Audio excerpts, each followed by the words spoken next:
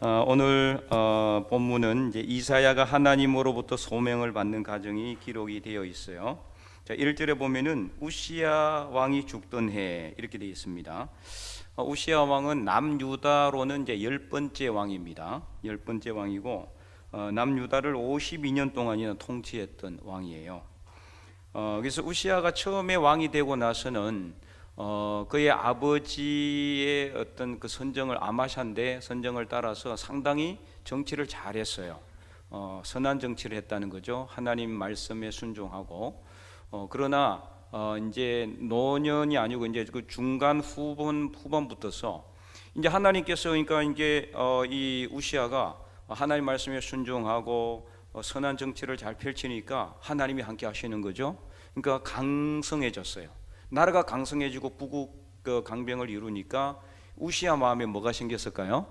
교만한 마음이 들어왔어요. 교만한 마음이. 항상 이제 우리가 잘 될 때, 뭔가 형통할 때, 문제 없을 때, 그때 조심해야 돼요. 항상. 항상 그때 우리 마음이 높아지거든요. 마음이 교만해질 수 있어요. 우시야가 교만해진 거예요. 교만해지니까 하나님을 떠나게 되고, 그는 이제 해서는 안 될 일을 합니다. 마음이 교만해져 가지고 성전 안에 들어가서 제사장이 하는 분향하는 일을 자기가 하려고 하는 거예요. 이 마음이 높아지고 막 자만해지니까 내가 뭐 최고다 이렇게 생각이 되는 거죠.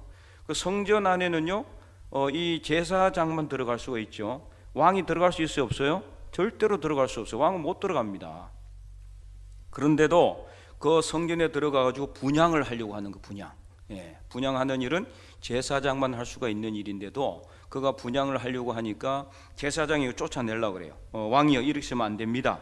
이거는 제사장만 할 수 있다. 이렇게 하면서 쫓아내려고 하니까 이 우시야 왕이 막 화를 내요. 그게 막 교만해져 있기 때문에 아무것도 안 보이는 거예요. 아나무인. 아나무인. 화를 내는 순간 우시야의 이마에 뭐가 생겼나? 나병이 발생했어요. 나병이. 그래서 제사장이 급히 사람들을 이렇게 동원해서 이 왕을 쫓아내고 그때부터 우시야는 별궁에 갇혀서 지내게 됩니다. 어쩔 수 없잖아요. 격리된 상태로 별궁에. 그러니까 별궁이라고 하지만 거의 뭐 감옥 같은 거나 마찬가지죠. 밖으로 못 나와요. 딱 거기 안에 갇혀서 거기서만 먹고 자고 있게 하는 거예요. 그리고 이제 그의 아들 요담이 대신해서 이제 왕궁을 다스리고 나중에 우시야가 죽고 나서 요담이 이제 그다음 왕이 되는데 바로 그런 상황에서 그러니까 상당히 이제 우시야가 죽던 해니까 어떻습니까? 그 전에 이미 우시야는 왕이면서도 왕이 되지 못하고 왕으로서 역할을 하지 못하고 별궁에 갇혀서 있고 아들이 대신해서 아버지를 대신해서 왕도 아닌 상태에서 나라를 다스리니까 제대로 나라가 되겠어요? 상당히 정치적으로 혼란하고 힘든 그런 상황 가운데 있었다. 이것을 알 수가 있습니다. 그래서 이렇게 힘들고 어려운 상황 속에서 이사야를 하나님께서는 부르시는 거예요. 6장 1절에 우시야 왕이 죽던 해에 내가 본적 주께서 높이 들린 보좌에 앉으셨는데 이렇게 이제 나오죠. 그래서 이사야 선지자가 하나님으로부터 부르심을 받았을 때는 상당으로 나라가 힘들고 어려웠던 때다. 북이스라엘도 당시에 상당히 최악의 상황이었습니다. 그래서 이제 이사야 이 상황을 이사야 1장은 이렇게 이제 이사야 6장 보통 보면 여러분 구약의 선지서를 보면은 선지자들이 부르심을 받는 내용이 어디에 나와요? 1장에 다 나옵니다. 1장에 딱 선지자들이 뭐 어떻게 해서 부르심을 받고 쫙 그 다음에 나오는데요. 이사야만 6장에 겨우 6장에 대해서야 이 하나님으로부터 부르심을 받는 내용이 나와요. 왜 그럴까요? 1장에서 5장까지는 다 이 나라에 어마어마하게 많은 정치적으로 혼란한 문제, 영적으로 심각하게 이 타락하고 죄악된 그 내용을 쭉 기록하고 있는 거예요. 이사야서를 읽어보면 얼마나 당시에 나라가 힘들고 어려웠느냐, 정치적으로, 경제적으로, 특별히 영적으로 최악의 상황이었다는 것을 알 수가 있다. 오늘 우리가 6장 읽었잖아요. 이사야 1장 2절에 보면은 이렇게 나오죠. 하늘이여 들으라, 땅이여 귀를 기울이라. 여호와께서 말씀하시기를 내가 자식을 양육하였거늘 그들이 나를 거역하였도다. 자식을 양육했는데 자식의 아버지를 거역하는 것은 있을 수가 없는 일 아니에요? 이스라엘 백성들을 자식처럼 하나님께서는 그렇게 양육하고 보호하고 지키고 지금까지 인도해 주셨는데도 이 백성들은 하나님을 멀리하고 떠나버리는 거예요. 우상을 따라갔어요. 그래서 3절에 소는 그 임자를 알고 나귀는 그 주인의 구유를 알지만은 이스라엘은 알지 못하고 나의 백성 깨닫지 못하는도다. 하물며 이 짐승조차도 자기 주인의 구유가 어디 있는지를 알고 그 주인의 구유에 딱 가서 주인이 주는 먹이를 기다리고 있는데 이 이스라엘 백성들은 전혀 자기들의 밥그릇이 어디 있는지도 모르는 거예요. 하나님이 그들에게 먹을 것을 주시고 마실 것을 주시고 입을 것을 주시고 살 집을 주는데도 그 주인을 깨닫지 못하는 거예요. 짐승조차도 자기 주인을 안다는 소리예요. 구유를 안다는 소리는 짐승조차도 자기 주인을 알고 주인을 졸졸졸 따라다니는데 이 이스라엘 백성들은 하물며 하나님이 만드시고 하나님이 지금까지 양육하시고 이끌어 주셨는데도 불구하고 주인을 따라가지 않고 우상을 따라가고 세상을 따라가고 죄악을 따라갔다라는 소리예요. 그래서 4절에 슬프다 범죄한 나라요 허물진 백성이요 행악의 종자요 행위가 부패한 자식이라 그랬어요. 그들이 여호와를 버리며 이스라엘의 거룩하신 일을 만홀히 여기고 멀리하고 물러갔다. 이렇게 기록하고 있습니다. 뭐 이것뿐입니까? 1장을 읽어보면요 쭉 이런 내용이 수도 없이 많아요. 그래도 23절 1장 23절에는 이렇게 기록하고 있어요. 23절 내 고관들은 패역하여 도둑과 짝하며 다 뇌물을 사랑하며 예물을 구하며 고아를 위하여 신원하지 아니하고 신원이란 말은 보호한다는 뜻이에요. 보호하지 않는다는 거예요. 신원하지 아니하며 가부의 송사를 수리하지 가부가 얼마나 억울하겠어요. 그래서 이 재판관한테 재판을 송사를 하면은 그냥 그 수리하지도 않고 그냥 내버려 둔다는 거예요. 지나가 버린다라는 거죠. 이런 시대에 살고 있었다. 뭐 이뿐만 아닙니다.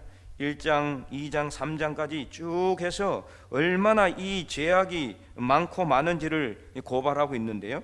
3장에도 보면은 이렇게 기록되어 있어요. 3장 1절에서 3절에 보면은 보라 주 만군의 여호와께서 예루살렘과 유다가 의뢰하며 의지하는 것을 제하여 버리시되고 그가 의지하는 모든 양식과 그가 의지하는 모든 물과 용사와 전사와 재판관과 선지자와 복술자와 장로와 50부장과 기인과 모사와 정교한 장인과 능란한 요술자를 그리하실 것이며 숨쉬기가 힘들어요. 이게 다 이야기하기.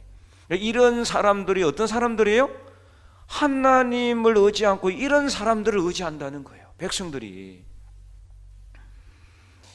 그래서 양식을 의지하고 하나님이 주시는데도 그 물을 의지하고 하나님이 우리에게 마실 물과 먹을 양식을 주셨으면 이것은 우리가 어떻게 해요? 잘 사용하고 선용해서 하나님 영광을 올려드려야 되는데 하나님이 주신 선물이 뭐가 되는 거예요? 우상이 되는 거예요.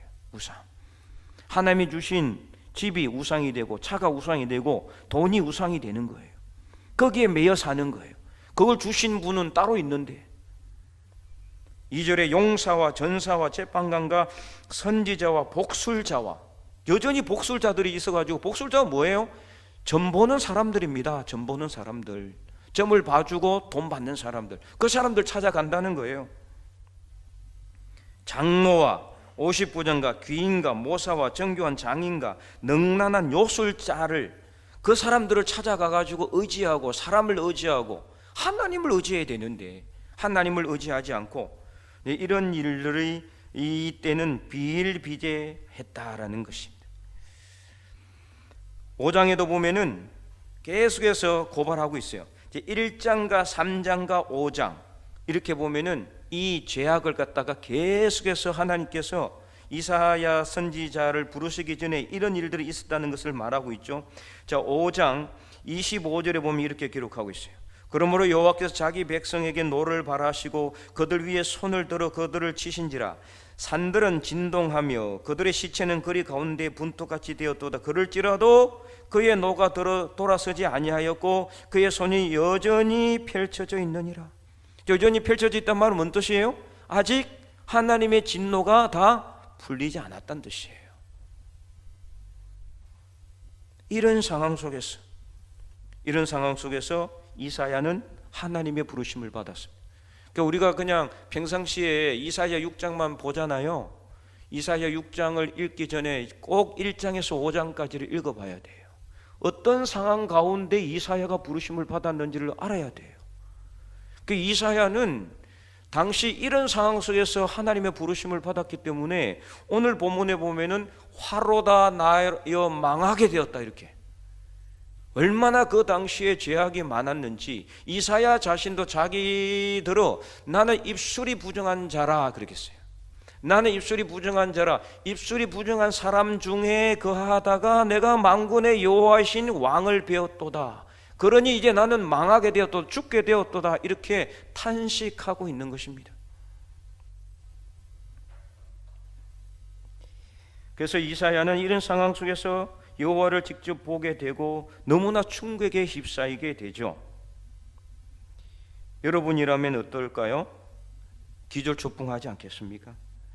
그래서 이사야도 만군의 여호와 하나님을 배우는 엄청난 영광을 얻었는데도 화로다 나여 망하게 되었다라고 이렇게 탄식하고 있는 거예요. 그러자 서랍 중에 하나가 오늘 우리가 읽었죠. 핀 숯을 가져와서 이사야 입에 대면서 내 죄가 사여졌다라고 선포합니다. 바로 그때 주님께서 주님의 음성을 말씀하시죠. 8절 전반절 우리가 읽었잖아요. 내가 또 주의 목소리를 들으니 주께서 이르시되 내가 누구를 보내며 누가 우리를 위하여 갈꼬. 자, 이것은 주님의 음성입니다. 오늘 우리가 이 말씀을 잘 기억하시기 바랍니다. 이사야는 너무나 힘들고 어려운 상황 속에서 선지자로 부르심을 받았고 자기의 죄를 하나님 앞에 자백하였을 때 하나님이 그의 죄를 사해 주시고 그리고 이제 하나님의 음성이 들리기 시작한 겁니다. 오늘 우리도 마찬가지입니다. 하나님의 음성을 듣는 게 아무 때나 되는 게 아닙니다. 하나님 앞에 우리의 죄를 고백하고 하나님 앞에 우리의 죄를 있는 그대로 내려놓고 하나님께서 우리의 죄를 사하실 때 하나님의 음성이 우리에게 들리기 시작하게 되는 것입니다. 엘리야가 하나님의 산 호렙산에 갔을 때 그는 세 가지 놀라운 일들을 겪고 나서야 하나님의 음성을 들었던 것과 마찬가지입니다. 급하고 강한 바람과 큰 지진과 불을 잊고 나서야 엘리야는 하나님의 음성을 듣잖아요. 하나님의 세미한 음성이 들렸다고 그랬어요. 열왕기상 19장에 보면은 오늘 우리도 마찬가지예요. 우리가 하나님의 음성을 듣는 것은 우리가 하나님 앞에 그냥 나갈 때가 아니라 내 죄와 악을 다 하나님 앞에 고백하고 자백하고 있는 모습 그대로 하나님께 나갈 때 하나님은 우리의 죄를 사하여 주시고 하나님께서 우리의 모든 심령 속에 들어오셔서 우리에게 말씀하시는 겁니다. 그리고 어떤 말씀을 하십니까? 내가 누구를 보내며 누가 우리를 위하여 갈꼬. 자, 이것은 하나님이 이사야를 부르시는 음성인데 오늘 저와 여러분을 역시 동일하게 부르시는 음성입니다. 우리가 생각할 때는 그렇습니다. 야, 하나님께서 그냥 딱 지정해가지고 너 가 그러면 될 텐데 왜 이렇게 하셨을까? 우리가 사도 바울 같은 경우는 불가항력적인 하나님의 은총으로 예수님께서 사도 바울에게 나타나시죠. 그래서 내가 너를 이방의 빛으로 보낸다, 이방으로 보낸다, 이방의 선지자로 보낸다고 말씀하시잖아요. 이렇게 불가항력적인 은총으로 우리를 부르실 때도 있지만 그러나 그것은 아주 극소수죠. 아주 특별한 케이스입니다. 대부분은 하나님께서 우리를 어떻게 부르신다? 인격적으로 부르십니다. 그리고 우리가 간다고 할 때 우리를 보내주시는 겁니다. 오늘 우리가 안 간다고 하면은 절대로 보내지 않습니다. 물론 아까도 방금 이야기한 것처럼 사도 바울처럼 불가항력적인 하나님의 은총으로 안 가면 안 되는 그런 경우도 있겠지만은 대부분의 경우는 하나님이 우리를 인격적으로 부르신다 이 말이에요. 그래서 요한계시록 3장에도 라오디게아 교회에 주님께서 뭐라고 말씀하세요? 마지막에 볼지어다 내가 문 밖에 서서 문을 어떻게 한다? 두드리노니 누구든지 내 음성을 듣고 뭘 하면요? 문을 열면, 문을 여는 건 누구예요? 우리입니다. 하나님이 안 엽니다. 하나님이 완전히 문을 확 열고 들어오는 그 사도 바울 같은 경우 빼고는 절대로 하나님은 우리가 문을 열지 않으면 안 들어옵니다. 우리가 문을 여는 행위는 뭐냐? 우리가 기도하면서 우리의 죄악을 하나님 앞에 내려놓고 하나님의 그 부르심에 응답받고자 준비하고 썰매를 받고자 우리가 이렇게 준비하고 있을 때 그때가 바로 문을 여는 거예요. 그때 주님께서 우리 안으로 들어오시는 겁니다. 그래서 하나님의 복을 받는 것은요 우리의 몫입니다. 하나님이 왜 내게 복을 주지 않을까? 왜 내 문제 해결해 주지 않을까? 여러분 문을 안 열었기 때문이에요. 주님은 언제든지 주님께서는 늘 우리에게 찾아오셔서 문 두드리고 계시는데 우리가 그걸 깨닫지 못하고 문을 열지 않으니 주님께서 우리에게 복을 주시고자 하지만 못 주는 겁니다. 주려고 하나님이 뭐가 부족했어요? 아까워서 안 주시겠어요? 이 세상 모든 만물의 주관자시고 이 세상 모든 것을 다 가지신 분이신데 뭐가 아까워서 안 주시겠어요? 우리가 문을 안 열면은 주님께서 쌓아놓고도 못 주시는 겁니다. 하늘의 문을 여는 것은 하나님이 아니라 우리가 열어야 돼요. 기도로 열고 말씀으로 열고 예배로 열고 전도함으로 열어야 되는 거예요. 복을 받기를 원한다면은 말씀대로 행하시기 바랍니다. 그러면은 하나님께서 우리가 문을 여는 것보다 더 많이, 우리는 문을 요금밖에 안 열었는데도 하나님이 이만큼 채워주시는 분, 그분이 바로 하나님이시. 이 세상 모든 만물의 주관자 하나님께서 오늘도 우리를 위해서 우리가 문을 열기를 기다리고 계시고 하나님의 음성을 듣고 내가 여기 있나이다 나를 보내주시옵소서 응답하기를 기다리고 계신다. 성경 안에도 그렇고 우리 주변에 있는 사람들도 그렇고 하나님의 말씀에 순종하여 그 말씀에 순종함으로 이 간 사람들 중에 복을 받지 않은 사람들이 한 사람도 없어요. 다 복을 받은 사람들이. 물론 그 복이 물질의 복만은 아닙니다. 그죠? 이 세상에 하나님께서 우리에게 주시는 복이 물질의 복만이 있다면은 그것은 너무 문제가 많죠. 하나님 우리에게 주시는 가장 최고의 복은 당연히 영적인 복입니다. 바로 영혼 구원의 복이죠. 그러나 우리가 이 땅에서 현실적으로 살아가는 데 있어서 필요한 것들도 하나님은 채우신다. 그냥 내버려 두시지 않으신다는 거예요. 자, 그래서 하나님께서는 이사야에게 이렇게 부르시는 겁니다. 이 이사야를 부르시는 말씀이에요. 누가 우리를 위하여 내가 누구를 보내며 누가 우리를 위하여 갈고. 자, 이것을 잘 보면은요 하나님의 탄식이라는 것을 알 수가 있어요. 다시 말하면은 아무도 하나님을 위해서 갈 사람이 없는 시대예요. 아무리 하나님이 불러도 응답하지 않는 시대, 아무리 하나님께서 불러도 아멘하지 않는 시대. 말로만 아멘하고 안 가. 가지를 않는 거예요. 여러분, 오늘 하나님은 저와 여러분을 이사야를 부르신 것처럼 부르고 있어요. 우리 8절 말씀 전반절 8절 전체 말씀 우리 한 번 더 큰 목소리로 한번 읽어보도록 하겠습니다. 내가 또 주의 목소리를 들으니 주께서 이러시되, 다시 합니다. 시작. 내가 또 주의 목소리를 들으니 주께서 이러시되,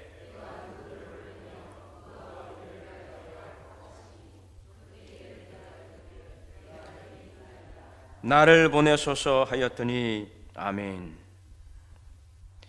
정말 이 시대에 혼란하고 혼탁한 세상에 그리스도인으로서 우리의 책임을 묻고 있는 이 준엄한 하나님의 부르심이, 우리가 하나님의 이 간절한 부르심에 어떻게 보면 애절한 부르심이라고 볼 수가 있어요. 하나님의 부르심에 응답함이 너무나 부족한, 어떻게 보면 사무엘상 3장 말씀처럼 하나님의 말씀이 희귀하여 이상이 흔하지 않는 시대 같은 그런 시대예요. 말씀의 홍수 속에 살아가고 있는데, 그잖아요? 여러분 TV만 켜면은 뭐 얼마나 많은 기독교 방송들이 넘쳐납니까? 유튜브에도 보면은 수없이 많은 기독교 그 방송들이 너무 많아요. 말씀의 홍수, 설교의 홍수 속에 우리는 살아가고 있어요. 그런데도 왜 이렇게 주변에는 믿는 사람들이 그렇게 많지가 않을까? 아니, 하나님을 믿는 사람들이 그렇게 많은 말씀의 홍수와 설교의 홍수 속에 살고 있다면은 말씀과 설교를 통해서 은혜를 받고 세상으로 가서 복음을 들고 안 믿는 사람들에게 복음을 전해서 믿는 사람들이 자꾸 많아져야 되는데, 지금 10년 전이나 30년 전이나 50년 전보다 믿는 사람들이 더 많아졌습니까? 점점 더 줄어들고 있는 것 같아요. 정말 왜 이럴까 도대체?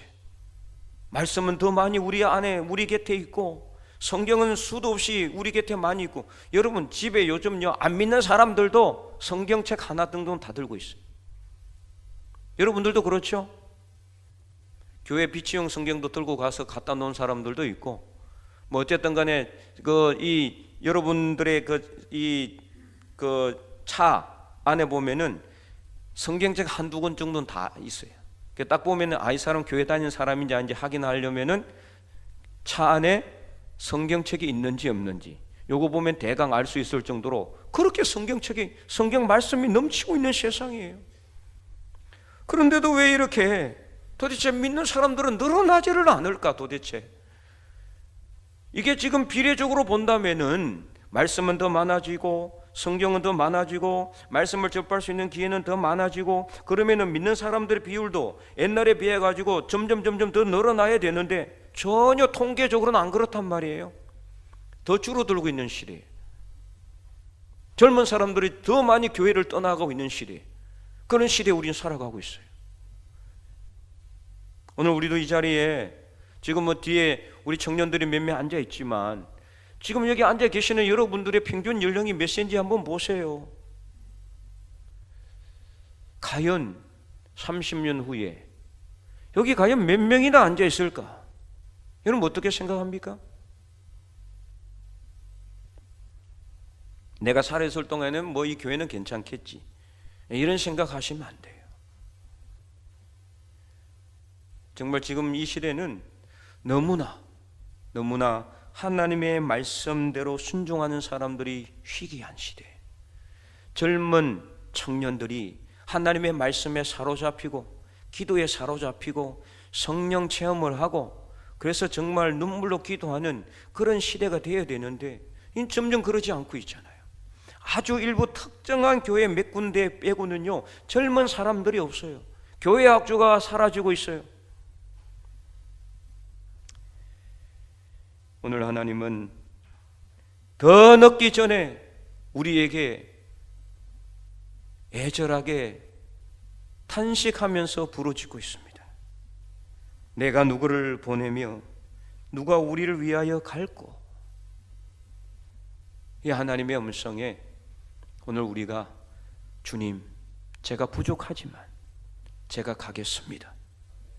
제가 자격도 안 되고 갈 수 있는 역량도 안 되지만 저라도 쓰시고자 하신다면은 제가 아멘으로 응답하겠습니다.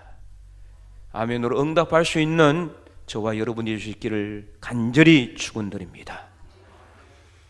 여러분, 이 복음 전하는 것이 정말 어렵고도 쉬운 일이기는 해요.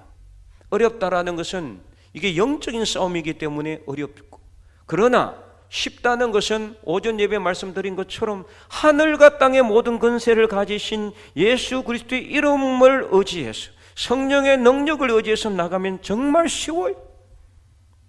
거절당해도 기쁘고 또 하나님의 은혜 가운데 정말 예비된 사람을 만날 수도 있기 때문입니다.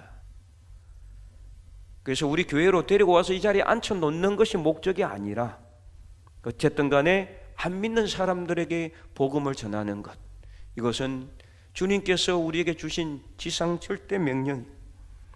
이사야를 이 어려운 상황 가운데 하나님께서 그를 부르시고 이 백성들에게 말씀을 전하도록 하신 것처럼 오늘 그래서 이사야의 말을 백성들이 들었습니까? 듣는 사람도 있었지만 대부분 안 들었죠. 그들이 들었다면 회개하고 주님께로 돌아와서 멸망당하지 않았겠죠. 그래서 우리가 생각할 때는 이렇습니다. 야, 이 결과적으로 보면은 이사야의 말을 아무도 듣지도 않았잖아. 그러면 오늘 우리도 뭐 가서 전해봤자 안 들을 텐데, 사람들이 회개하지도 않을 텐데 이거 헛짓하는 거 아닌가라고 생각할지 모르지만, 그럼에도 불구하고 하나님은 어떻습니까? 오늘 이사야를 부르신 것처럼 우리도 부르시고 있다.